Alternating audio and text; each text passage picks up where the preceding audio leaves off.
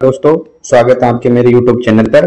आज हम बात करने वाले हैं दिल्ली पुलिस के जो एग्जाम हुआ था कांस्टेबल मेल और फीमेल दिल्ली पुलिस के बारे में। ठीक है ना, 2023 में जो एग्जाम थे उसमें जो जीके और जीएस के, किसके, जीके, जीएस एंड साइंस के, ठीक है, उसके 50 क्वेश्चन ऑथेंटिक क्वेश्चन है वो देखने वाले हैं। ठीक है ना, जो 14 नवंबर 2023 को एग्जाम हुआ था, जिसकी एग्जाम डेट क्या थी, 14 नवंबर 2023 को। ठीक है, एग्जाम टाइम क्या था, सेकंड पारी। कौन सी थी, सेकंड पारी का। ठीक है, सेकंड पारी था कांस्टेबल मेल और फीमेल दोनों के 50 क्वेश्चन जीके और जीएस के इसमें पूछे गए थे। उनका हम मतलब आंसर की देखने वाले, उनके क्वेश्चन देखने वाले जो एसएससी जीडी के लिए बहुत महत्वपूर्ण होने वाले हैं। किसके लिए, एसएससी जीडी जो आने वाली वैकेंसी है एसएससी जीडी 2023 के एग्जाम के लिए।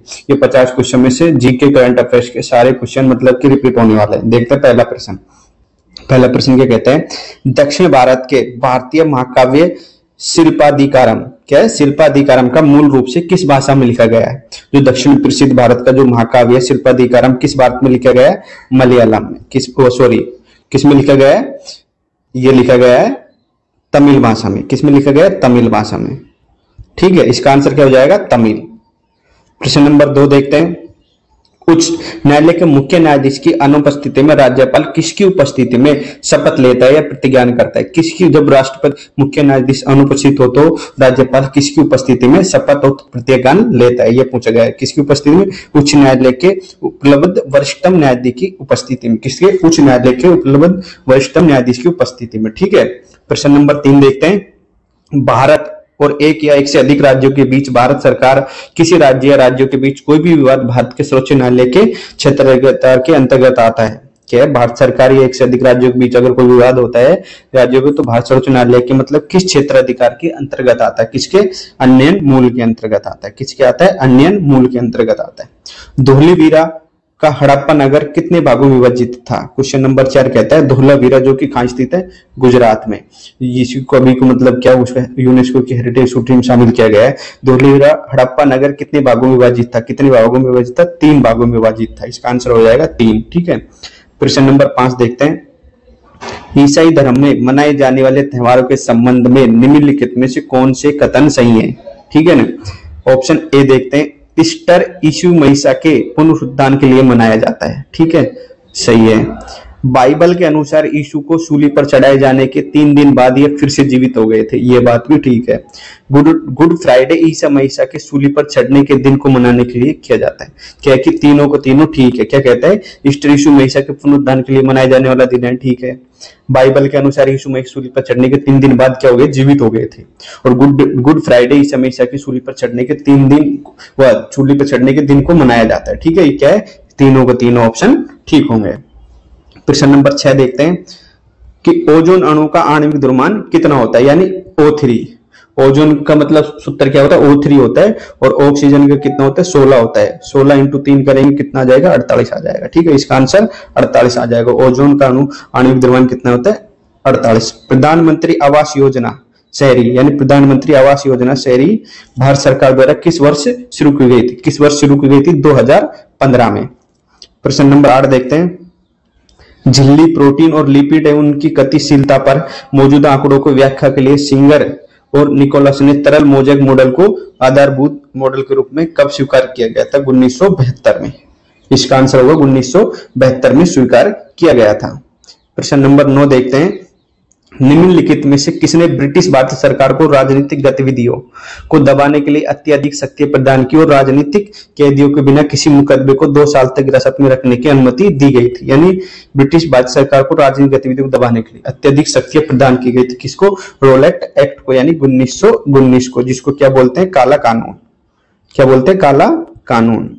ठीक है, प्रधानमंत्री जनधन योजना का नारा क्या था। प्रश्न नंबर 10 क्या कहता है, प्रधानमंत्री जनधन योजना का नारा क्या था, मेरा खाता भाग्य विधाता, मेरा खाता भाग्य विधाता। प्रश्न नंबर 11 देखते हैं, निम्नलिखित में से उत्तर भारत में रबी मौसम में उगाई जाने वाली फसल की पहचान करें। रबी के मौसम में उगाई जाने वाली फसल क्या है, चना है। यानी सर्दियों में जो कपास, बाजरा और चावल, ये सभी क्या है, उसकी फसल है, खरीफ की फसल है। चना है जो रबी की फसल है। ठीक है, प्रश्न नंबर 12 देखते हैं, हिंदी उपन्यास इंद्रजाल के लेखक कौन है? हिंदी के उपन्यास इंद्रजाल के लेखक कौन है? कौन है? जयशंकर प्रसाद। इसका आंसर होगा जयशंकर प्रसाद। प्रश्न नंबर 13, संसद के प्रत्येक सदन की सचिवालय का प्रमुख कौन होता है? सदन के प्रत्येक सदन के सचिवालय का प्रमुख कौन होता है? कौन होता है? महासचिव। इसका आंसर होगा महासचिव। प्रश्न नंबर 14, निम्नलिखित में से किस मंत्रालय में एकलव्य स्कूल के शिक्षा और प्रधानाचार्यों के लिए निष्ठा क्षमता निर्माण कार्यक्रम के लिए एक संयुक्त मिशन पर एनसीईआरटी के साथ सहयोग किया गया? किसके साथ किया गया? जनजातीय कार्य मंत्रालय के। किसके साथ? जनजातीय कार्य मंत्रालय के साथ में। प्रश्न नंबर 15, एलोरा गुफाओं में कितने मंदिर और मठ है? एलोरा गुफा में कितने मंदिर और मठ है? कितने? 34। कितने? 34। इसका आंसर हो जाएगा 34। ठीक है, 34 हो गया। प्रश्न नंबर 16 देखते हैं, अजीता श्रीवास्तव की एक प्रसिद्ध लोक गायिका है, उन्हें 2022 में पद्म श्री प्राप्त हुआ था। कौन है? अजीता श्रीवास्तव। कहाँ की है? यूपी की। इसका आंसर हो जाएगा उत्तर प्रदेश की अजीता श्रीवास्तव एक प्रसिद्ध लोक गायिका है जिन्हें 2022 में पद्म श्री प्राप्त हुआ था। प्रश्न नंबर 17, भारत की जनगणना 2011 के अनुसार निम्नलिखित में से किस धर्म की साक्षरता दर सर्वाधिक दर्ज की गई थी? किस धर्म की गई थी? भारतीय जनगणना अनुसार किस धर्म की साक्षरता दर सर्वाधिक दर्ज की गई थी? किसकी? जैन धर्म की। किसकी? जैन धर्म की। ठीक है। प्रश्न नंबर 18 देखते हैं, दक्षिण भारत में निम्नलिखित में किस नृत्य को मयूर नृत्य कहा जाता है? दक्षिण भारत के किस नृत्य को मयूर नृत्य कहा जाता है? किसको कहता है? मलयालम अट्टम को। किसको कहता है? मलयालम अट्टम को। ठीक है। प्रश्न नंबर 19, निम्नलिखित में से कौन माइक्रो फाइनेंस क्षेत्र की एक प्रमुख घटक नहीं है? कौन सा क्षेत्र माइक्रो फाइनेंस का एक प्रमुख घटक नहीं है? किसका? आईडीबीआई। किसका? आईडीबीआई। ठीक है। प्रश्न नंबर 20 देखते हैं, वॉलीबॉल के खेल में लिबोरो एक होता है। लिबोरो क्या होता है? इसमें पूछा लिबोरो क्या होता है? एक विशेष डिफेंसिव खिलाड़ी होता है। लिबोरो एक विशेष डिफेंसिव खिलाड़ी होता है। ठीक है, जो वॉलीबॉल के खेल में होता है। प्रश्न नंबर 21 देखते हैं, निम्नलिखित में से कौन सी भारत की संसदीय सरकार की विशेषता नहीं है? कौन सी संसदीय सरकार की विशेषता नहीं है? देखते हैं, राज्यसभा का विघटन नहीं। ये क्या है? स्थायी सदन है। बहुमत दल का प्रशासन होता है। बहुमत दल का नेता जो क्या बनता है? प्रशासन होता है। विधायकों मंत्रियों की सदस्य होती है। नाममात्र और वास्तविक कार्यालय की उपस्थिति। ठीक है, राज्यसभा का विघटन नहीं होता क्योंकि ये एक स्थायी सदन है। स्थायी सदन है। क्वेश्चन नंबर 22, भारत के राष्ट्रपति निवेश कोष एक कॉर्पस फंड है जो के माध्यम से अपनी वित्तीय प्राप्तियों को जुटाता है। भारतीय राष्ट्रीय निवेश कोष एक कॉर्पस फंड है जो क्या करता है? केंद्रीय सार्वजनिक क्षेत्र के उपक्रमों विनिवेशकों को होने वाली आय को जुटाता है। ठीक है, इसका क्वेश्चन 4 हो जाएगा। प्रश्न नंबर 23, कजली या कजली तीज भारत के किस राज्य में सांस्कृतिक उत्सव है? यानी कजली तीज का क्वेश्चन पूछेगा किसका है? राजस्थान के है, जो कि बूंदी की फेमस है। ठीक है, कजली तीज बूंदी की राजस्थान में फेमस है। 1932 में महात्मा गांधी और पूना पैक्ट किसके बीच हुआ था? BR अम्बेडकर के बीच में। किसके? बाबा साहब के बीच। ठीक है, 1932 में। किसमें? यरवदा जेल में। यरवदा जेल पुणे में। ठीक है, पुणे पैक्ट हुआ था 1932 में।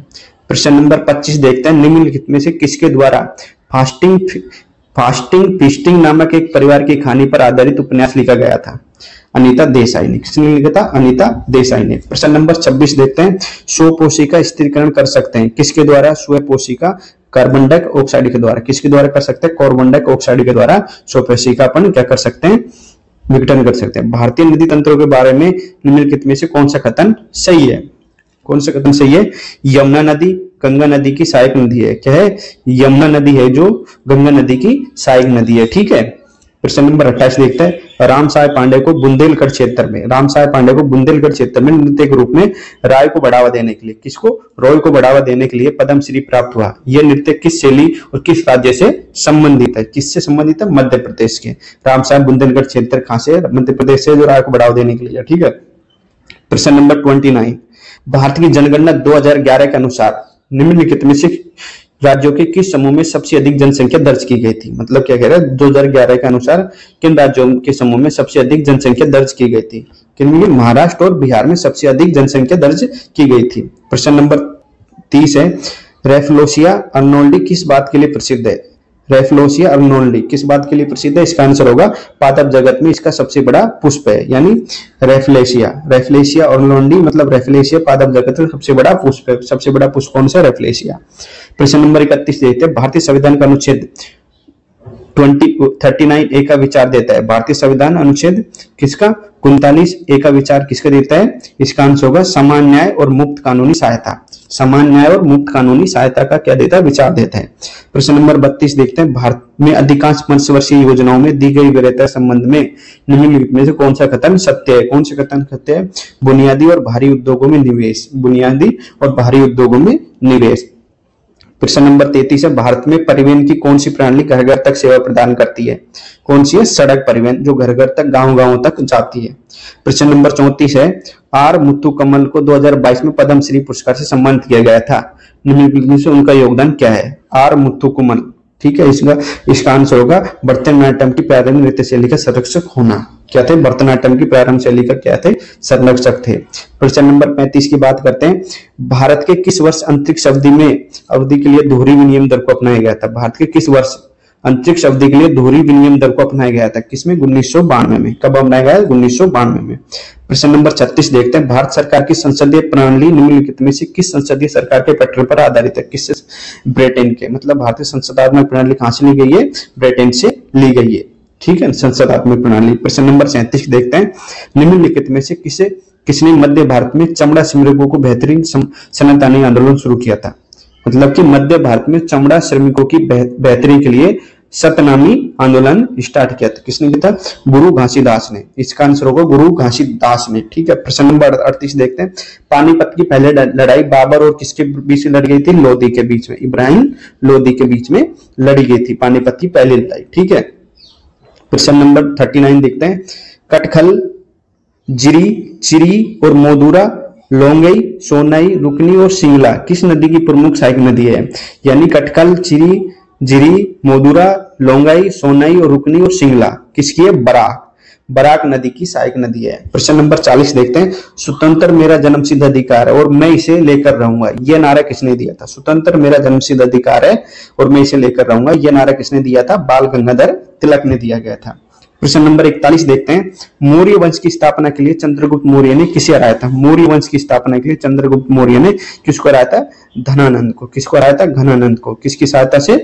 उसकी सहायता से, चाणक्य की सहायता से, ठीक है। प्रश्न नंबर 42 देखते हैं, भजन, अपक्षय, विघटन, वर्षा, भजन, अपक्षय, विघटन, वर्षा और शिलीभवन प्रमुख भूवैज्ञानिक प्रक्रिया जो निम्नलिखित में किस चट्टान के निर्माण में योगदान करती है?